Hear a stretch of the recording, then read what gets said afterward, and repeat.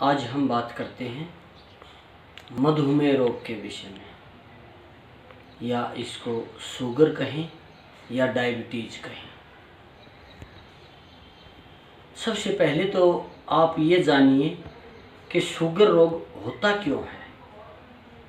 जब आप उस कारण को जान जाएंगे तो उसके बाद शुगर रोग का निदान करने में, उसको ठीक करने में आसानी रहेगी।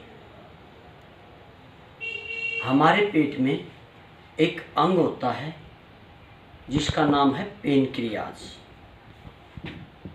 इस पेनक्रियाज का कार्य है इंसुलिन बनाना, और इंसुलिन का कार्य है हम जो भी भोजन करते हैं और उस भोजन से हमें जो मीठा कहें या शर्करा कहें जो उससे प्राप्त होता है, उसको लेकर के सेल्स में प्रवेश करवाना।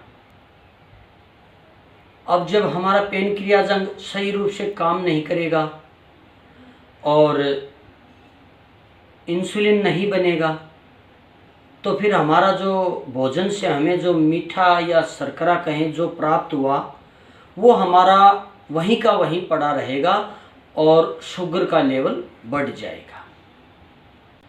अब इसमें समस्या क्या आई? हमारे पेनक्रियाज अंग का सही रूप से कार्य न करना।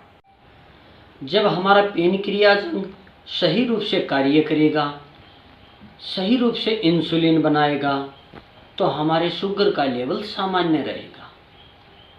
आइए अब कुछ योगिक क्रियाओं को देखते हैं जिनसे हमारा पेनक्रियाज अंग सही रूप से कार्य करने लग जाएगा। आइए एक बार योगिक क्रियाओं को देखिए। शुगर रोग में सबसे पहले हम मंडूकासन करेंगे। मंडूकासन में आप पहले वज्रासन में बैठ जाइए, ऐसे घुटनों को मोड़ करके इस प्रकार वज्रासन में। वज्रासन में बैठने के बाद आप श्वास को बाहर छोड़िए, पेट को अंदर खींचिए और फिर हाथों की ऐसे मुट्ठियाँ बना करके नाभि के दाएं और बाएं लगा करके आगे की तरफ झुकिए। एक बार देखें।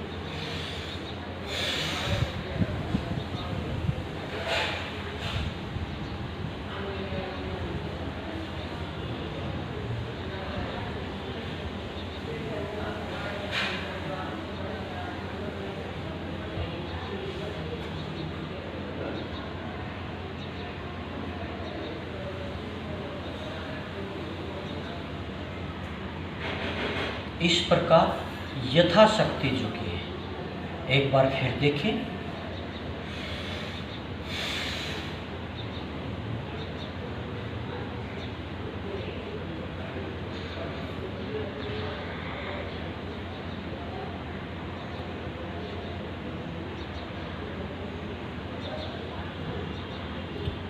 इसमें दूसरा पोर्शन आता है, हाथों को ऐसे करें,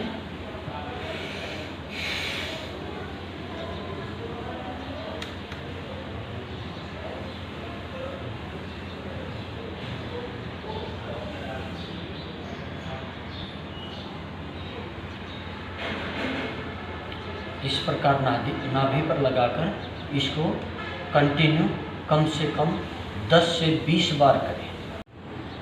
शुगर की दूसरी प्रक्रिया आती है कपालभाति। कपालभाति में श्वास का झटका बाहर और पेट का झटका अंदर की तरफ लगाएं, क्योंकि यह कपालभाति हमारे इन सभी अंगों की मालिश करती है। ये सभी अंग सक्रिय हो जाते हैं। एक बार देखें।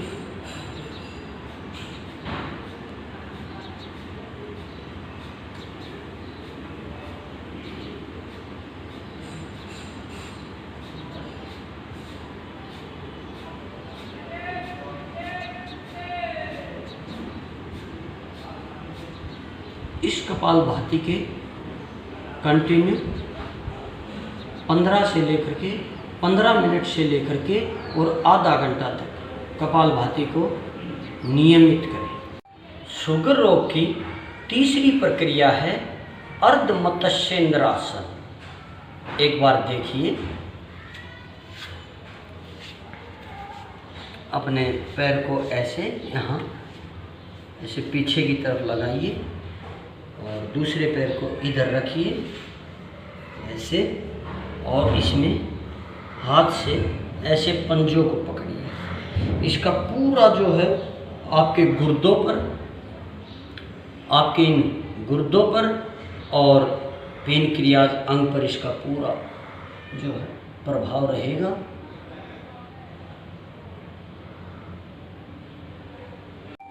इसी प्रकार इसको 1-1 मिनट से लेकर के 2-2 मिनट तक करें। अब दूसरे पैर से देखिए, इस पैर को ऐसे लगाएं यहाँ, दूसरे को इधर, और अपने हाथ से ऐसे पंजे को पकड़िए, हाथ को पीछे लीजिए।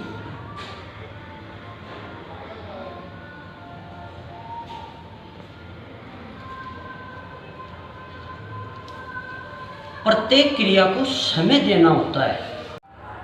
मधुमेह की नंबर 4 की प्रक्रिया है, अपने घुटनों को अपने यहाँ छाती तक लगाने का अभ्यास करें।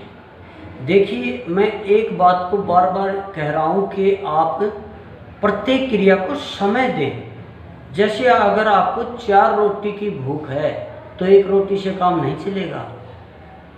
ऐसे ही क्रियाओं को संपूर्णता के साथ, सूक्ष्मता के साथ कंटिन्यू कीजिए, समय दें। ऐसे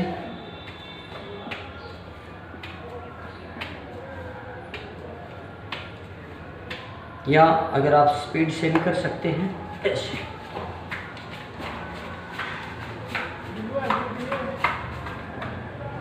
इस प्रकार से इनका आप नियमित अभ्यास कीजिए, आपको लाभ होगा, आप स्वस्थ होंगे, आपका शुगर रोग दूर होगा।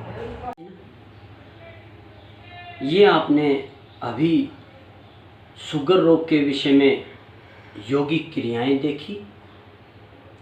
इन योगिक क्रियाओं को प्रतिदिन यानी हर रोज़ सुबह, दोपहर, शाम तीनों टाइम इनका नियमित रूप से अभ्यास करें।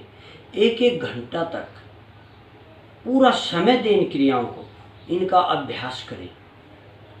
भोजन कम करें, सलाद का ज़्यादा प्रयोग करें।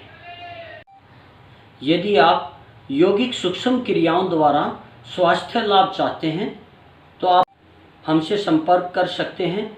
हमारा संपर्क सूत्र है 98-121 58-649 98-121-58-649।